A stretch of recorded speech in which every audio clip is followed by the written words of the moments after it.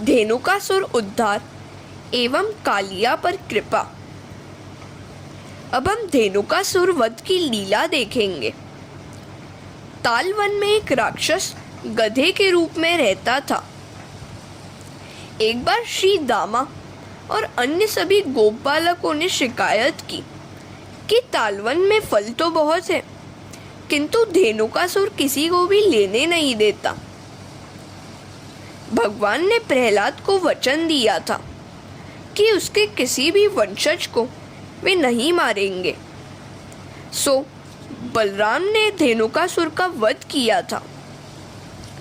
One में फल सड़ जाए फिर भी किसी को न दे, वही धेनुकासुर है। अपने पास बहुत सा होने पर भी किसी को कुछ न दे, वह धेनुकासुर ही है।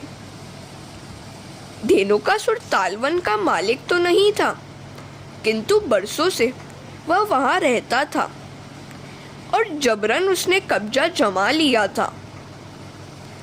कई लोग सार्वजनिक संस्थाओं का बही खाता करते करते उस पर कब्जा जमा लेते हैं।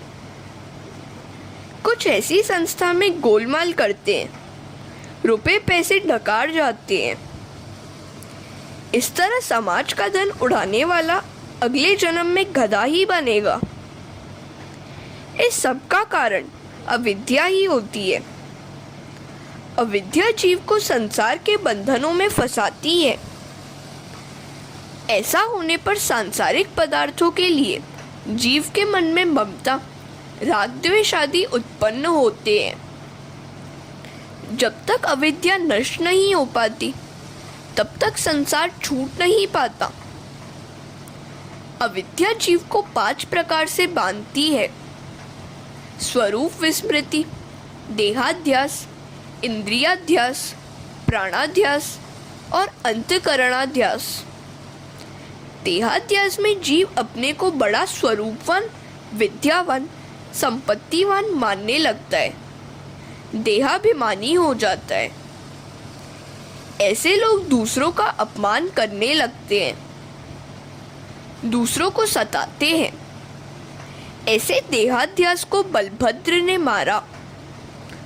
भगवान की आधिदैविक शक्ति से ही देहाध्यास का नाश हो सकता है। अब आती है कालिया नाग दमन की बात। प्रभु ने कालिया नाग का उद्धार करने का विचार किया।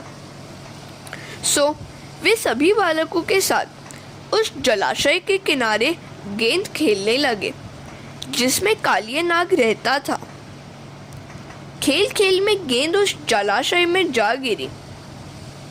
बाल मित्रों ने कहा, लाला, इसमें नाग रहता है, सो कोई भी उसका पानी नहीं पीता है। भगवान जलाशय में कूद पड़े। कालिया नाग उन्हें डसने लगा। जो जो वहां डसता जाता था विष अमृत बनता जा रहा था। कन्हैया ने एक हाथ में फन पकड़ा, दूसरे में पूंछ, फिर फन पर आरूढ़ हो गए।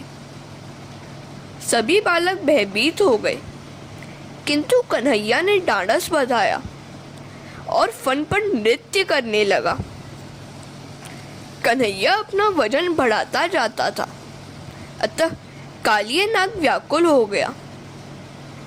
नाग पत्नियां शरण में आकर प्रार्थना करने लगी, आपने हमारे पति को जो दंड दिया है वह उचित ही है, क्योंकि इससे दुर्जन के पाप का नाश होगा। आप तो कर्मानुसार सभी को दंड देते हैं। रावण वध के समय मंदोदरी ने भी ऐसा ही कहा था। उसने रामचंद्र जी से प्रार्थना करते हुए कहा था, मेरे पति के कुकर्म ही उनकी इस हीन दशा के लिए कारणभूत है। इनको मारने में आपका कोई दोष नहीं है। हरे कृष्णा। नाग पत्नियां श्री कृष्ण से कहने लगी, वैसे तो हमारा पति दुष्ट नहीं है, क्योंकि उसके मस्तक पर आपने अपने चरण रखे हैं। श्री कृष्ण ने कालिया नाग से कहा, तेरे कारण यह सारा जलाशय विषैला हो गया है, सो तू यहाँ से कहीं दूर चला जा। कालिया नाग ने कहा, प्रभु, मैं जाने से इनकार नहीं करता हूँ, किंतु मुझे गरुड़ जी का डर लगता है। कन्हैया ने कहा, मेरे मंगलमय चरणों के स्पर्श के कारण गरुड़ जी तुझे कभी नहीं सताएंगे। कालिया नाग गरुड़ जी के भय के कारण पानी में छिपा हुआ था। कालिया नाग का फन तो मर्यादित था, हमारे तो हजारों हैं। हमारे संकल्प विकल्प फन ही है। भगवान से प्रार्थना करो, मेरे मन के कालिया नाग का दमन करो, उस पर अपने चरण पधराओ। कालिया नाग के तो मुख में ही विष था, हमारी तो एक एक इंद्रिय में और मन में भी विष भरा पड़ा है। एक व्यक्ति हमें आंखों का कांटा लगता है तो दूसरा आंखों का रतन। ऐसे राग द्वेष विषय विकार आदि विष ही तो हैं। जब तक इंद्रियां वासना रूप विषय में भरी हुई है तब तक भक्ति नहीं हो पाएगी। इंद्रियों में समाहित विष को नष्ट करना है। इस विष को सत्संग से कम करते रहो। कालिया नाग इंद्रियाध्यास है। यमुना रूपी भक्ति में इंद्रियाध्यास आए तो शुद्ध भक्ति की नहीं जाएगी। भोग और भक्ति पारस्परिक शत्रु है। भक्ति के बहाने इंद्रियों को बहलाने वाला कालिया नाग है।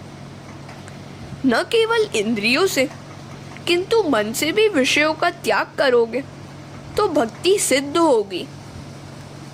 भक्ति में विलासिता विस्तर घुस जाने पर भक्ति नष्ट हो जाती है। भक्ति मार्ग के आचार्य वल्लभाचार्य जी, रामानुजाचार्य जी, चैतन्य महाप्रभु जी आदि सब परिपूर्ण वैरागी थे। पूर्ण वैराग्य के बिना भक्ति हो नहीं पाती। भक्ति ज्ञान वैराग्य की जननी है। भक्ति मार्ग के वे आचार्य तो केवल एक ही वस्त्र धारण करके सारे जगत में विचरण करते थे, किंतु आगे चलकर इस मार्ग में बहुत से कालिया नाग विलासी लोग घुस गए और भक्ति मार्ग को उन्होंने विषाक्त कर दिया, अपमानित कर दिया। सेवा करना आसान नहीं है। संसार सुख का मन से भी त्याग करने वाला देव सेवा और देश सेवा कर सकता है। महाप्रभु जी ने कहा है, ईश्वर में प्रभु सेवा से अनुराग और शारीरिक सुख विलास से विराग रखोगे तभी भक्ति मार्ग में आगे बढ़ पाओगे। देव सेवा और देश सेवा में इंद्रियों के लालन पालन का कोई स्थान ही नहीं है। इंद्रियों का सेवक देश सेवा कभी नहीं कर पाएगा। सभी इंद्रियां वासना विष से भरी हुई है।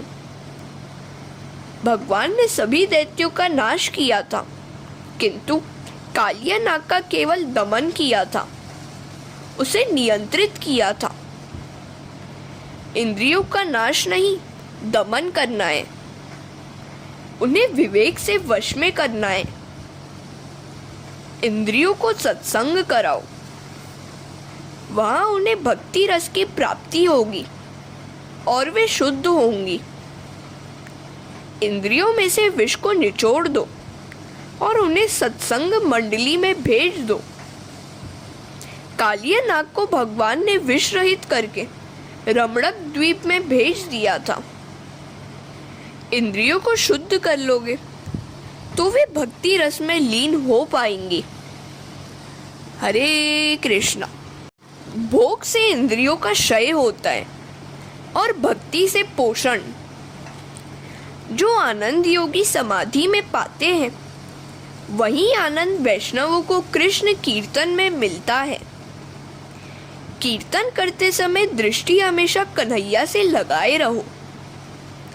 वाणी कीर्तन करेगी, मन स्मरण करेगा और आंखें दर्शन करेंगी, तभी जब सफल हो पाएगा। जब तक इंद्रियों में वासना विष भरा हुआ होगा, भक्ति की प्राप्ति हो नहीं पाएगी। इंद्रियाध्यास आने पर भक्ति अशुद्ध हो जाती है। विष रहित करके इंद्रियों को रमणक द्वीप रूपी सत्संग में भेज दो, वहां उन्हें भक्ति रस मिलेगा।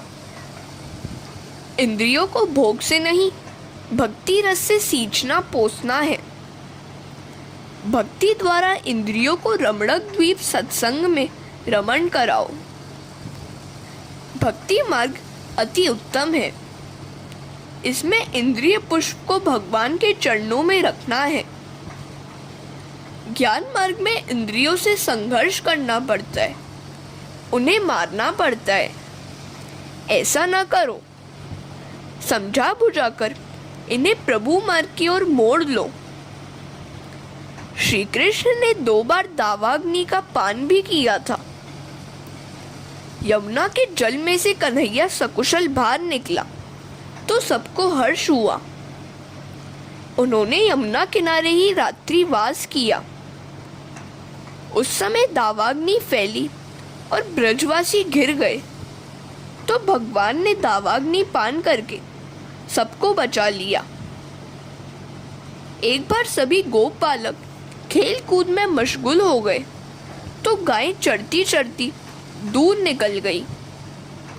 सभी उन्हें ढूंढने लगे। इतने में वहां दावाग्नि ने सबको घेर लिया। सभी बालक बचाव के लिए कन्हैया को पुकारने लगे। लाला ने उनसे कहा, सब अपनी अपनी आंखें बंद कर लीजिए, मैं मंत्र जाप कर रहा हूं। कन्हैया ने विराट रूप धारण किया और दावाग्नि पान किया। जब भी तुम प्रतिकूल अवस्था की दावाग्नि से घिर जाओ, आंखें बंद करके प्रभु का ध्यान करो। प्रतिकूल परिस्थिति में जी का जलना ही दावाग्नि है। ईश्वर ऐसे व्यक्ति को सांत्वना देते हैं कि वे भी साथ ही हैं। संसार रूपी दावाग्नि चारों ओर से धधक कर जीव को घेर लेती है। कचहरी में ऊपर वालों से झगड़ा हो जाता है और घर पर आकर मनुष्य देखता है कि अपनी माता और पत्नी हाथापाई में जुटी हुई है। पक्ष किसका लिया जाए, माता का या पत्नी का? यह सांसारिक दावाग्नि सभी को घेरे हुए है। ऐसे समय तो उन गोप बालकों की भांति आंखें बंद करके भगवान की शरण लो। वे सब दुखों को पी जाएंगे, दूर कर देंगे।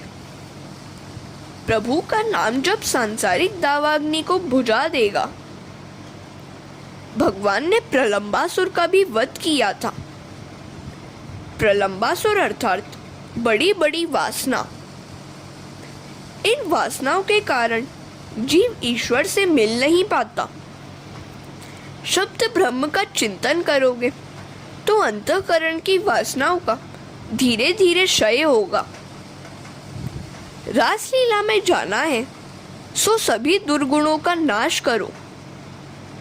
दुर्गुण रहित होकर शुद्ध होने पर ही जीव रासलीला में स्थान पा सकता है।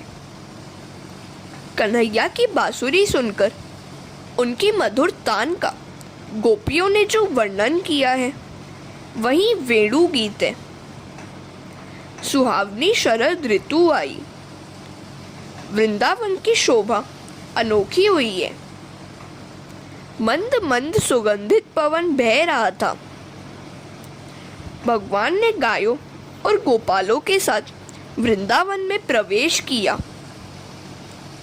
गायों को चराते हुए कृष्ण वंशी बजाने लगे। गोपियां वंशी के गीत संगीत में लीन हो गईं। बांसुरी वादन तो नाथ ब्रह्म की उपासना है। बांसुरी जब तक नहीं बजती, कृष्ण के दर्शन भी हो नहीं पाते। हरे कृष्णा।